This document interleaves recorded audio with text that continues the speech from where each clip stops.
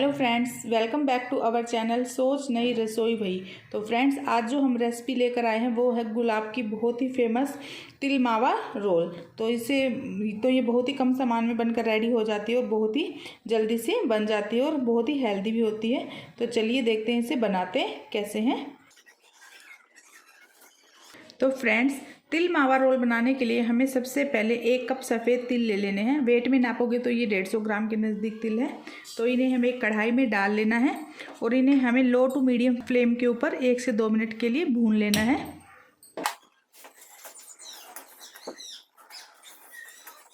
कई बार तिल हम बहुत ज़्यादा पुराने हो जाते हैं, तो हमें बहुत ज़्यादा पुराने तिल नहीं लेने हैं, क्योंकि पुराने होने की वजह से उनमें कई बार थोड़ा सा कड़वापन आ जाता है। तो थोड़े से हमें फ्रेश तिल ही लेने हैं और हमें इन्हें बहुत ज़्यादा भूनना भी नहीं है, क्योंकि ज़्यादा भूनने की वजह से भी इनमें थोड़ा सा कड़वापन आ जाता है। तो हमें इन्हें हल्का हल्का 1 या 2 मिनट ही रोस्ट करना है लो टू मीडियम फ्लेम के ऊपर। इन्हें हमें लगातार चलाते रहना है।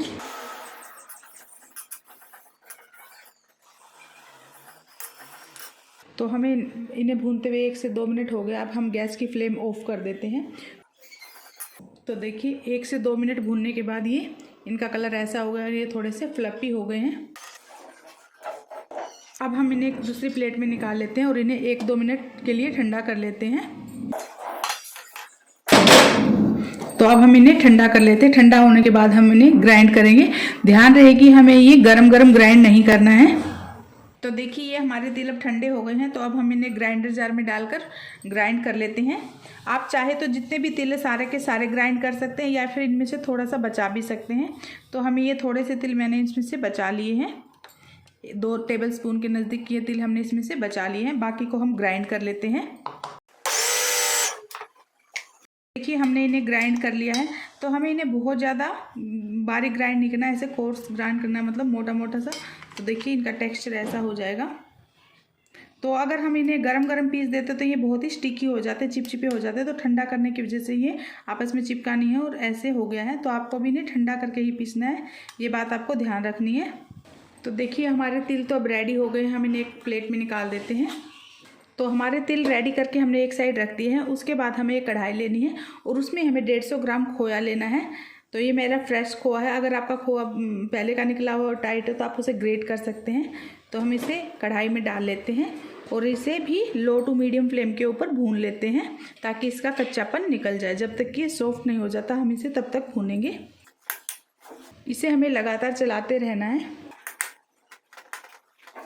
आप चाहे तो इसे ग्रेट भी कर सकते हैं। मैंने इसे सीधा ही डाल दिया, क्योंकि मेरा जो मावा है बहुत ज़्यादा टाइट नहीं था। अगर ये ज़्यादा टाइट है तो आप इसे ग्रेट करके डाल सकते हैं, नहीं तो आप डायरेक्ट भी इसे डाल सकते हैं। और इसे अब हम भून लेंगे। तो देखिए, सॉफ्ट होना स्टार्ट हो गया है। तो हम इसे लो टू मीडियम फ्लेम के ऊपर धीरे धीरे भूनना है, जब तक कि बिल्कुल सॉफ्ट ना हो जाए।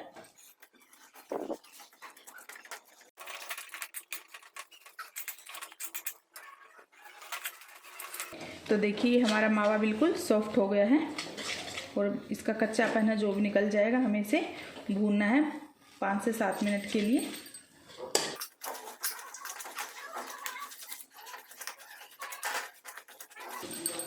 इसे हमें लगातार चलाते हुए भूनना है।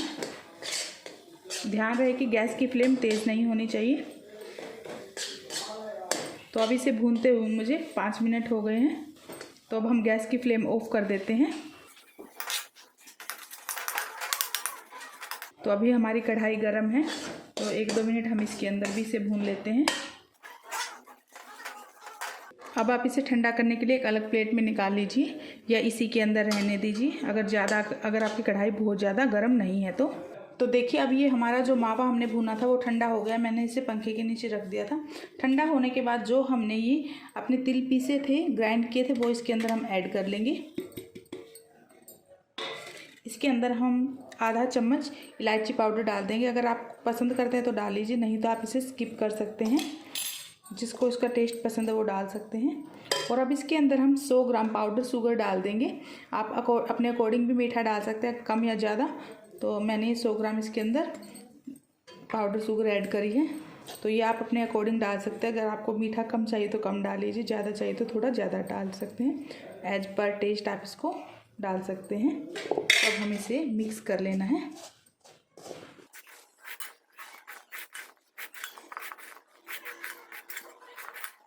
तो हमें इसका एक डो सा तैयार कर लेना है, डो की तरह हमें इसे तैयार कर लेना है।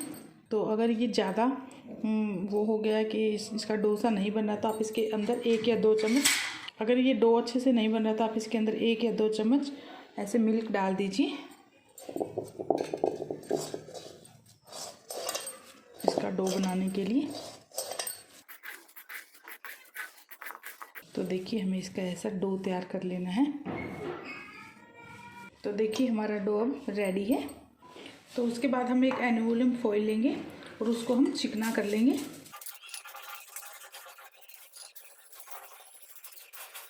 और ऐसे ही जो रोलिंग पिन है उसको भी हम चिकना कर लेंगे। तो जो अब हमने डो तैयार किया था उस डो को हम यहाँ पे रख लेते हैं इसके ऊपर, और इसका एक रेक्टेंगल शेप तैयार कर लेते हैं और इसको ऐसे अच्छे से इसके ऊपर बेल लेते हैं। जितनी भी मोटी पतली आपको चाहिए उसके अकॉर्डिंग ही आप इसको बेल लीजिए।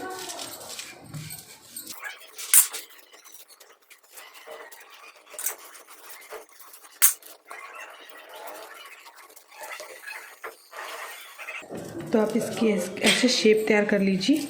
उसके बाद मैंने ये थोड़े से ड्राई फ्रूट हैं, काजू बादाम पिस्ता वगैरह, इसके ऊपर हम डाल देंगे। तो मैंने इन्हें हल्का हल्का ग्राइंड कर लिया है, या आप चाकू की सहायता से भी इनको काट सकते हैं।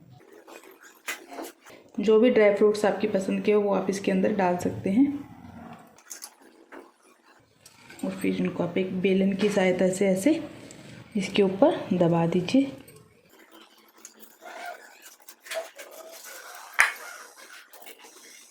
अब आप इनको ऐसे रोल कर लीजिए। साथ में पेपर भी घुमाना है आपको, और साथ में ऐसे रोल को भी घुमाते जाना और पेपर हटाते जाना आपको ऐसे करते हुए।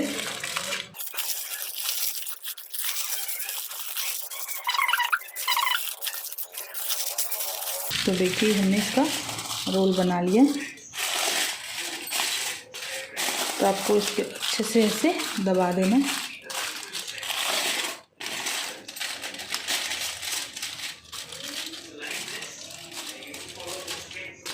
तो अब इसको आपको फ्रिज में आधे घंटे के लिए सेट होने के लिए रख देना। तो हम इसे फ्रिज में रख देते हैं आधे घंटे के लिए सेट होने के लिए। तो देखिए जो हमने ये अपनी मावा गज्जे फ्रिज में सेट होने के लिए रखी थी, तो इसे रखे हुए आधा घंटा हो गया था। अब हमने इसे फ्रिज में से बाहर निकाल लिया है। तो देखिए अच्छे से सेट हो गई है।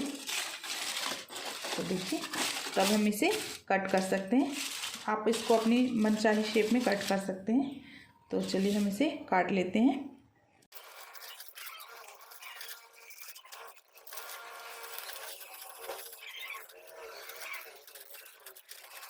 तो देखिए हमारे तिल मावा रोल बनकर बिल्कुल रेडी है। तो हम इन्हें प्लेट में निकाल लेते हैं।